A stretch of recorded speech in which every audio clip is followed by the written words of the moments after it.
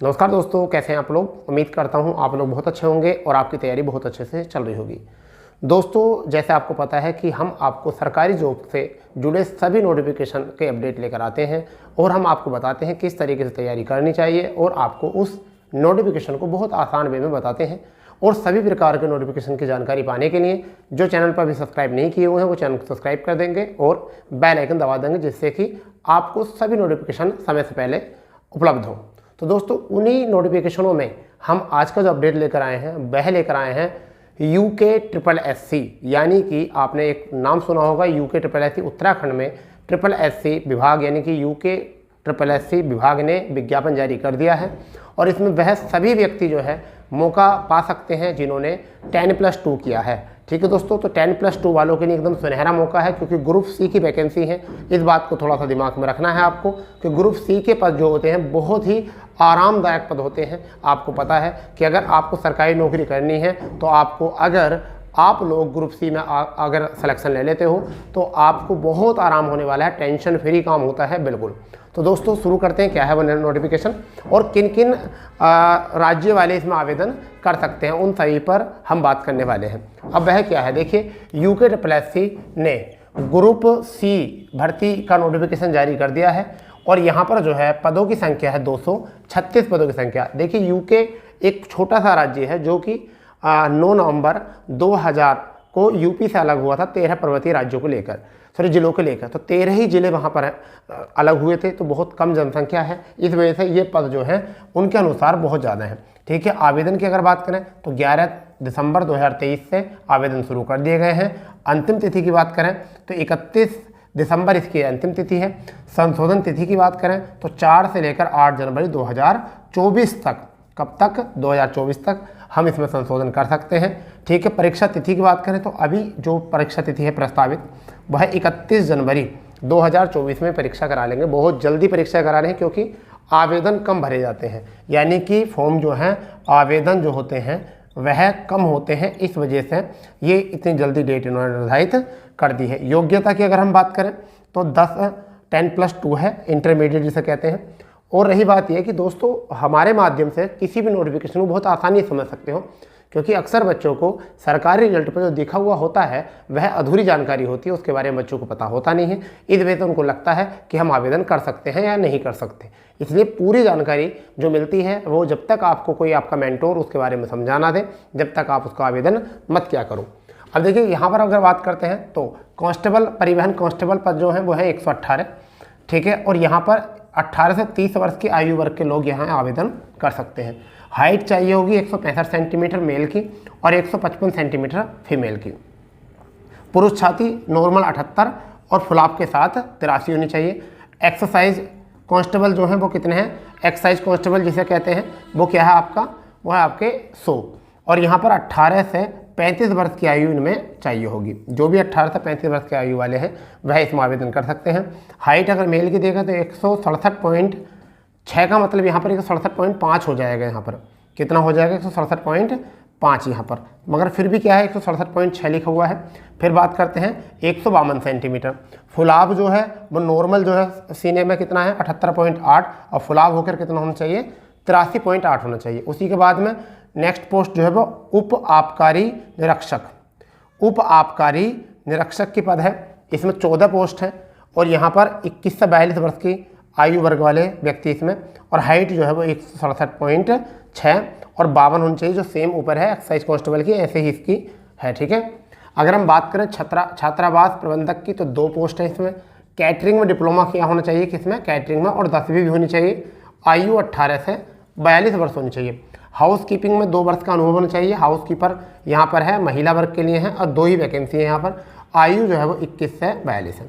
अब दोस्तों, सबसे बड़ी बात है कि सर क्या इसमें पीएचटी होगा। देखिए, फिजिकल स्टैंडर्ड टेस्ट जो कहते हैं वो नापतोल को कहते हैं। फिजिकल स्टैंडर्ड टेस्ट जो कहते हैं वह कहते हैं नापतोल को। तो नापतोल तो सभी की है, यानी हाइट, वेट, चेस्ट, ये तो लगभग सभी पोस्ट के लिए हैं। ठीक है, परंतु एक होता है आपका पीईटी। क्या होता है आपका, पीईटी, फिजिकल एलिजिबिलिटी टेस्ट। ठीक है, फिजिकल एलिजिबिलिटी टेस्ट होता है एक।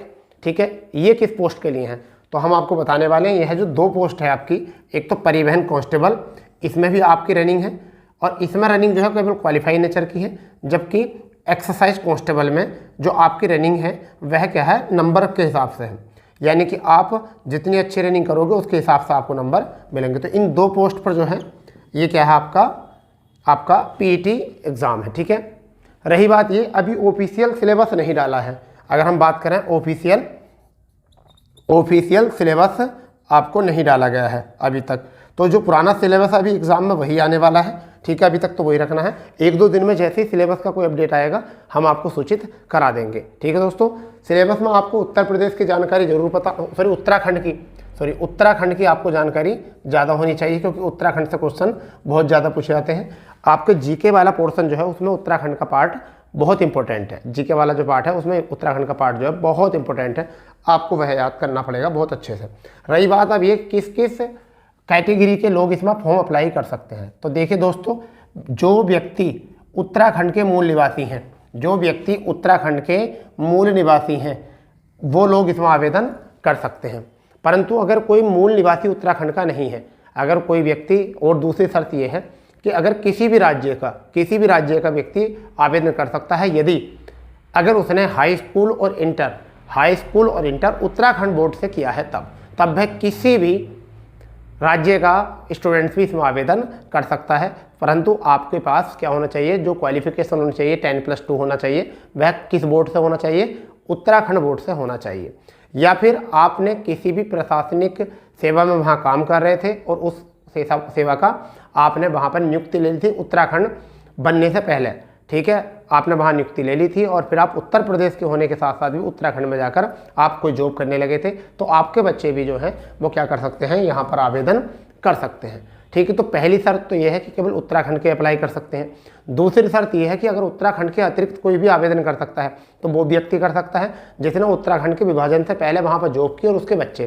ठीक है, दूसरी बात वह क्या है, उसके बच्चे जो हैं वो यूपी में रहते हों परंतु वो भी आवेदन वहाँ पर कर सकता है। तीसरी बात ये कि यदि कोई व्यक्ति वहाँ पर हाई स्कूल और इंटर कर लेता है, कई बार ऐसा होता है कि उनके माता पिता जो है वहाँ जॉब करते होते हैं उत्तराखंड में और वो रहने वाले कहीं और के होते हैं। ठीक है, वो अपने माता पिता के साथ ही वहाँ पर काम मतलब रहने लगते हैं मकानों पर, तो वहाँ पर ही क्या होता है, उसी के स्कूलों से हाई स्कूल इंटर कर लेते हैं, तो वो लोग भी वहाँ पर क्या कर सकते हैं, वो भी इसमें आवेदन कर सकते हैं। ठीक है, जैसे दिल्ली में DSS भी होता है, ठीक है, जैसे यूपी में UP होता है, ऐसे ही आपका यहाँ पर क्या होता है, उत्तराखंड में UK होता है। यही ग्रुप C की वैकेंसी निकालता है। तो मैं उम्मीद करूँगा जो भी इसके लिए योग्य है वो अपनी मेहनत में लग जाएगी, क्योंकि एग्ज़ाम का ज़्यादा समय नहीं रहा है। 31 जनवरी इसका एग्ज़ाम है और वैसे तो इसकी डेट बढ़ेगी अभी एग्ज़ाम के लिए, और इसमें पद बढ़ने की उम्मीद है, यानी कि इसमें पद बढ़ने की उम्मीद लगभग ऐसा मान चलिए 120 पद बढ़ने की इसमें उम्मीद है। ऐसा लग रहा है कि 120 पद बढ़ेंगे तो इनकी वैकेंसी जो है लगभग ये 350 इतनी प्लस हो जाएंगे, क्योंकि अभी जो है 120 पदों पर चर्चा और चल रही है। 120 पदों को लेकर चर्चा और चल रही है, तो मानना ये ऐसा है कि सपोज करो कि 350 पद ये हो जाएं। ठीक है, मगर फिलहाल में आप अभी जो तैयारी करेंगे वो 236 पदों को ही लेकर आप तैयारी करेंगे। ये तो एक गोल्डन चांस, अगर बढ़ गए तो बहुत अच्छी बात है, नहीं तो कोई बात नहीं है। ठीक है, आपको तैयारी उसी को लेकर करनी है। आवेदन कम होते हैं, जो भी इसमें योग्य है वो अपनी ऐसा लगा दीजिए कि चोटी से लेकर एड़ी तक का जोर लगा दीजिए, एड़ी से लेकर चोटी तक का जोर लगा दीजिए, पूरी एफर्ट लगा दीजिए, पूरा एफर्ट। ठीक है दोस्तों, तो अगर कोई जानकारी इससे मिलती है या किसी भी प्रकार की जानकारी अगर आप पाना चाहते हैं तो जो चैनल को सब्सक्राइब नहीं किया वो चैनल को सब्सक्राइब कर देंगे और ज़्यादा से ज़्यादा अपने दोस्तों में शेयर कर देंगे, जिससे कि आपको जो मिली है जानकारी, ऐसी जानकारी और सभी स्टूडेंट तक आसानी से पहुंच सके। ठीक है दोस्तों, तो हम पल पल की अपडेट जो है आपके सामने साझा करते हैं, वह किसी भी राज्य और किसी भी प्रांत की आपकी नोटिफिकेशन को लेकर हो तब। और एक और बात आप करूँ, जो हिंदी की तैयारी करना चाहता है तो वो हमारी शाम को 7 बजे डेली क्लास आती है हिंदी की, वहाँ से आप तैयारी कर सकते हो। संपूर्ण हिंदी वहाँ पढ़ाई जाती है। ठीक है, और रही बात ये कि जो चाहते हैं कि हमें इतिहास की जानकारी करनी है तो GS में अच्छा करना, तो प्ले लिस्ट बना दी गई है, आधुनिक इतिहास की प्ले लिस्ट बना दी गई है। वहाँ पर जाकर आधुनिक इतिहास को बहुत आसान शब्दों में आप वहाँ पढ़ सकते हो, देख सकते हो। तो एक बार ट्राई जरूर करें और फिर देखें कि क्या हमें अंतर है कि जो हम आपसे पढ़ने के लिए बोल रहे हैं या कौन किस लेवल तक का पढ़ाता है। ठीक है दोस्तों, तो एक बार चेक जरूर करें, एक बार वीडियो को जरूर देखें कि जिससे कि आपको भी ये पता चले कि कि हमें पढ़ाने का, हमारा पढ़ाने का जो है अंतर क्या है दूसरों की अपेक्षा। ठीक है दोस्तों, तो मिलते हैं ऐसी जानकारी के साथ। जब तक के लिए जय हिंद, जय भारत, वंदे मातरम।